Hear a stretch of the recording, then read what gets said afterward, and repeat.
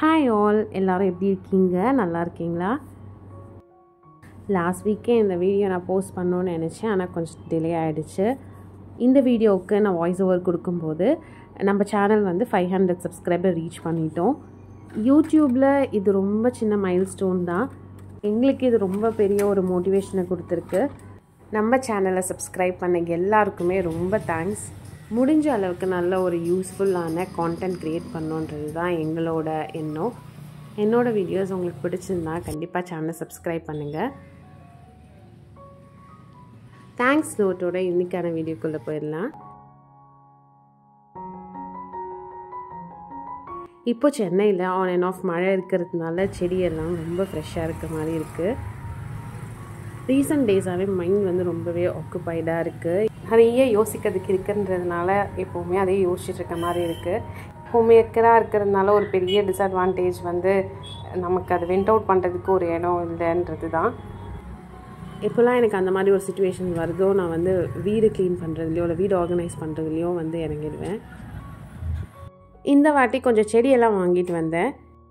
ஒரு சில செடியெல்லாம் ரொம்பவே அழகாக வந்து இப்போ பூ பூக்கவே ஆரம்பிச்சிருச்சு.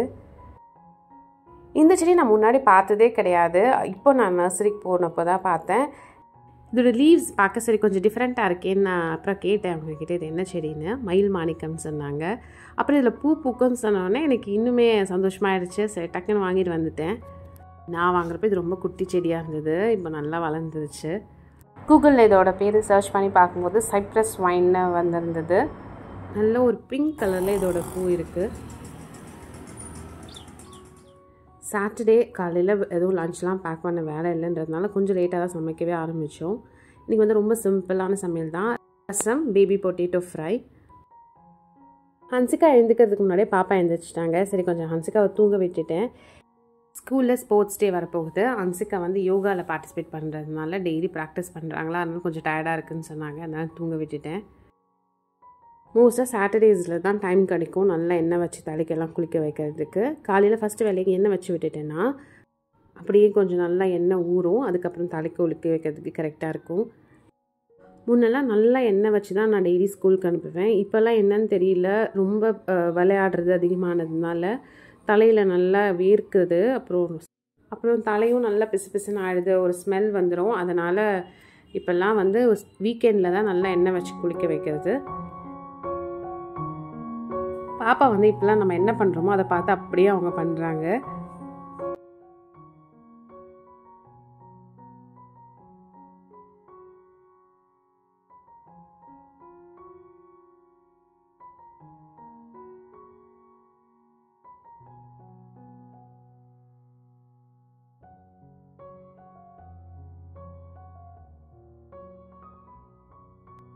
இன்றைக்கி நல்லா மரச்சிக்கு தேங்காய் எண்ணெயில் கொஞ்சமாக விட்டமின் இ கேப்சூல் ஆயில் இருக்கும் இல்லையா, அதையும் சேர்த்து நல்லா மிக்ஸ் பண்ணிவிட்டு அப்படியே நல்லா கையிலேயே வந்து மசாஜ் பண்ணி விட்டுருக்கேன்.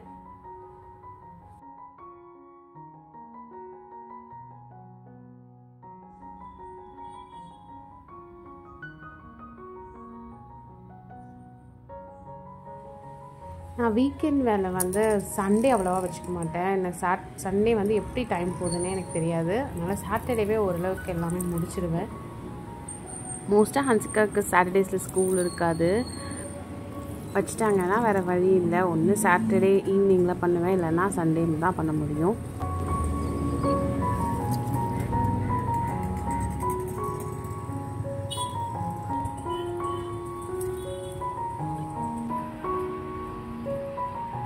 மிஷினில் துணி போட்டு அதை காய வைக்கிறதும் பண்ணியாச்சு.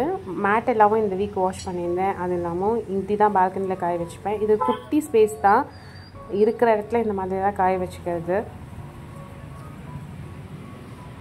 முக்கியமாக சாட்டர்டேவே ஷூஸ், அப்புறம் வந்து ஹன்சிகாவோட லஞ்ச் பேக் இதெல்லாம் வாஷ் பண்ணி வச்சிடுறது. சண்டே ஒரு நாள் இருக்கும், நல்லா காஞ்சிடும். மொட்டை மாடியில் காய வைக்கலாம், அதுக்கு நான் போகிறதே இல்லை, எப்பயாவது தான் போவேன்.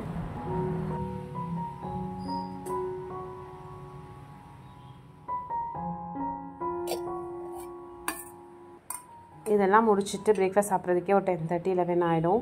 இன்றைக்கி வந்து கருப்பு உளுந்து கஞ்சி தான். குழந்தைங்க பிரேக்ஃபாஸ்ட்லாம் சாப்பிட்டுட்டு பாப்பா வந்து தூங்கிட்டாங்க. பாப்பா தூங்குறப்ப தான் ஹன்சிகாவால் ஃப்ரீயாக உட்காந்து எழுத முடியும். அதனால் தூங்க வச்சுட்டு அதுக்கப்புறம் தான் இந்த மாதிரி வேலைலாம் பண்ணுறது.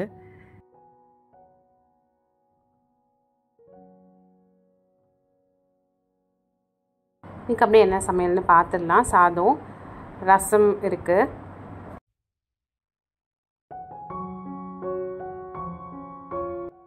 இது வந்து உருளைக்கிழங்கு மசாலா. நல்லா ஃப்ரெஷ்ஷாக மசாலா அரைச்சிட்டு போட்டிருக்காங்க. நிறைய இதில் வெங்காயமும் சேர்த்துருக்கிறதுனால நல்லாயிருக்கும் சாப்பிட்றதுக்கு. க்ரன்ச்சியாக வெங்காயம் இருக்கும். அப்புறம் இந்த மசாலாவோட வாசனை எல்லாம் நல்லா இருந்தது. ஹன்சிகாப்பா ஆஃபீஸ் விட்டு வரும்போது இந்த மாதிரி ஸ்நாக்ஸ் வாங்கிட்டு வந்திருந்தாங்க. இது வந்து சென்ட் தாமஸ் மவுண்ட் கிட்டே இருக்கிற அந்த கடை. இங்கே நாங்கள் முன்னாடியே வாங்கியிருக்கோம். கொஞ்சம் நல்லா தான் இருக்கும். எனக்கு என்னவோ இந்த வாட்டி வாங்கினது அவ்வளோவா சரியில்லையோ அப்படின்னு தோணுச்சு. அம்மா அதிரசம் கூட நல்லா செய்வாங்க. கண்டிப்பாக நான் அந்த ரெசிபி வந்து அதிரசம் ரெசிபி அப்லோட் பண்ணுறேன். அதிரசம், சோமாஸ், ரோஸ் குக்கீஸ் வாங்கிட்டு வந்திருந்தாங்க. ரோஸ் குக்கி ரெசிபியோட வீடியோ வந்து நான் இங்கே லிங்க் கொடுக்குறேன். ட்ரை பண்ணி பாருங்கள், நல்லாயிருக்கும். ஸ்நாக்ஸ்லாம் எடுத்து ஸ்டோர் பண்ணி வச்சுட்டு அதுக்கப்புறம் பாத்திரம் கழுவுற வேலையும் முடிஞ்சிருச்சு.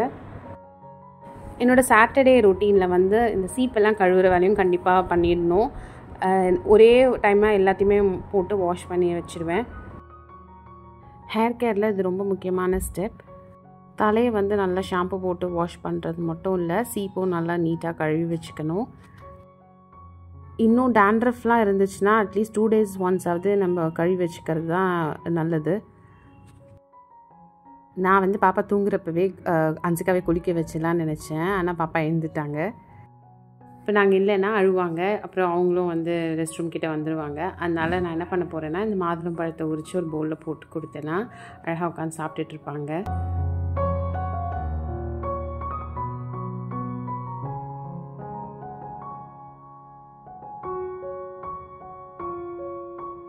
அவ்வளோதாங்க, எல்லா வேலையும் முடிஞ்சிச்சு. என்னோடய சாட்டர்டே ரொட்டீன் ஒர்க் நான் கரெக்டாக முடிச்சிட்டேன்னா எனக்கு அந்த வீக் வந்து ஒழுங்காக போகிற மாதிரி இருக்கும். இவங்க 2 பேரும் எனக்காக தான் வெயிட் பண்ணிகிட்ருக்காங்க. லஞ்ச் சாப்பிட போகிறோம். லஞ்ச் சாப்பிடும்போது ஏதாவது ஒரு மூவி பார்க்கலான்னு உட்காருவேன். என்ன மூவி பார்க்குறதுன்னே தெரியாது. அது தேடுறதுக்குள்ளே லஞ்ச் சாப்பிட்டு முடிச்சிடுவேன். அப்படியே தேடி கண்டுபிடிச்சி ஏதாவது படம் பார்க்குறதுக்குள்ளே கொஞ்ச நேரம் தான் ஓடி இருக்கும். அதுக்கு நான் தூங்கிடுவேன். ஒரு மல்லிப்பூ பூத்து இருந்தது, அதுதான் எடுத்துகிட்டு வந்து ஹன்சிகா தலையில் வச்சு விட்டேன். ஹன்சிகாவுக்குமே இந்த பூ வச்சுக்கிறதுனா ரொம்ப பிடிக்கும். ஹன்சிகாவுக்கு ஆகஸ்ட் மந்தில் பர்த்டே வருது. H&Mல சேல் அட்வர்டைஸ்மெண்ட் பார்த்துருந்தேன். இப்போ எல்லாத்துலேயுமே சேல் போட்டிருக்காங்க. யூஸ்வலாக ஆடி சேல் அப்போது தான் ஹன்சிகா பர்த்டே வருமா, அதனால் பெருசாக அவ்வளோவா கலெக்ஷன்ஸே இருக்காது. ஷாப் போய் எடுக்க புண்ணியமானு தெரியலேன்னு சொல்லிட்டு தான் நான் ஆன்லைனில் பார்த்துட்டு இருந்தேன்.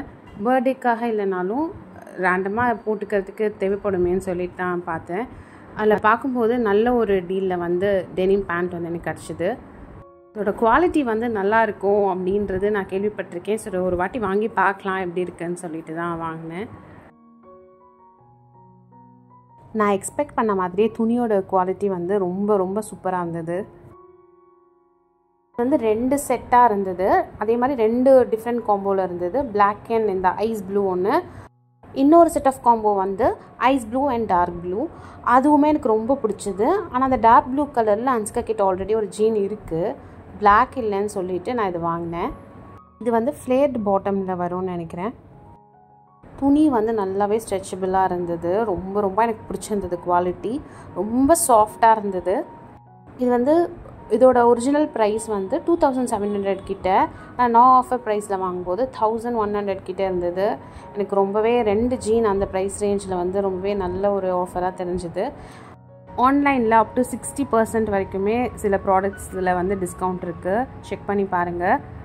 ஆன்லைனில் வாங்கும்போது சைஸ் தான் கொஞ்சம் பிரச்சனையாக இருக்கும். அதனால் வந்து சைஸ் சார்ட் வந்து நம்ம செக் பண்ணி பார்த்துட்டு வாங்கலாம். அதுலேயும் வந்து டிஃப்ரெண்ட் கண்ட்ரீஸோட சைஸ் அந்த மெஷர்மெண்ட்டும் நம்ம செக் பண்ணி பார்த்து தான் வாங்கணும். ஹன்சிகாவுக்கு இப்போது பர்த்டே வந்தால் 11 years ஆகுது. நான் எடுத்திருக்க சைஸ் வந்து 12 years, 11 to 12 years எடுத்திருந்தேன். அட்ஜஸ்டபிள் வேஸ்ட்ன்ற ஒரு ஆப்ஷன் கூட இருந்தது. அதுவுமே நல்ல விஷயமாக தெரிஞ்சுது. இந்த ஜீன்ஸ் பேண்ட்டை பார்த்து எனக்கு ரொம்பவே சந்தோஷமாகிடுச்சு. ஓகே, கரெக்டாக தான் பார்த்து வாங்கியிருக்கோன்னு நினச்சேன். அதுக்கு அடுத்தது 2 டிஷர்ட் வந்து செட் ஆஃப் 2 டிஷர்ட்ஸ் தான், அதுவும் ஆர்டர் போட்டிருந்தேன். டிஷர்ட் பார்க்கும்போது எனக்கு தெரிஞ்சது ஹன்சிகா கொஞ்சம் டைட்டாக இருக்கும் போலையே அப்படின்னு சொல்லிட்டு நான் போட்டும் பார்த்தேன். கொஞ்சம் டைட்டாக தான் இருந்தது. அதனால் ரிட்டர்ன் தான் போடணும்னு நினைக்கிறேன். ஏன்னா எக்ஸ்சேஞ்ச் ஆப்ஷன் இல்லை எனக்கு தெரிஞ்சு. அதனால ரிட்டர்ன் தான் போடுற மாதிரி இருக்கும். ஆனால் எனக்கு இந்த டிஷர்ட்டை கொடுக்கறதுக்கு மனசே வரல. எனக்கு அவ்வளோ பிடிச்சிருந்தது. ரொம்ப ரொம்ப சாஃப்டான ஒரு மெட்டீரியல். இதுவுமே 11 to 12 சைஸ் தான். நான் நெக்ஸ்ட் டைம் வாங்கும்போது 12 to 13 எடுக்கணும். இதுவுமே செட் ஆஃப் 2 700 rupees வருது எம்ஆர்பி. ஆனால் நான் ஆஃபரில் வாங்குறது வந்து 317 or 319, எனக்கு அது ஷூராக தெரியல. அப்படி பார்க்கும்போது ஒரு டிஷர்ட் வந்து 160 rupees வருது. அந்த ப்ரைஸ் ரேஞ்சுக்கு குவாலிட்டி செமையாக இருந்தது. இப்போ கூட H&Mல சேல் போயிட்டு தான் இருக்குது. உங்களுக்கு ஏதாவது தேவைப்பட்டதுன்னா நீங்கள் கண்டிப்பாக செக் பண்ணி பாருங்கள். சைஸ் சார்ட் செக் பண்ணி பார்த்துட்டு வாங்குங்க. அவ்வளோதான். நெக்ஸ்ட் ஒரு நல்ல வீடியோவில் நான் உங்களை பார்க்குறேன். இந்த வீடியோ உங்களுக்கு பிடிச்சிருந்தா மறக்காமல் லைக் அண்ட் சப்ஸ்கிரைப் பண்ணுங்கள். தேங்க்ஸ் ஃபார் வாட்சிங். பாய்.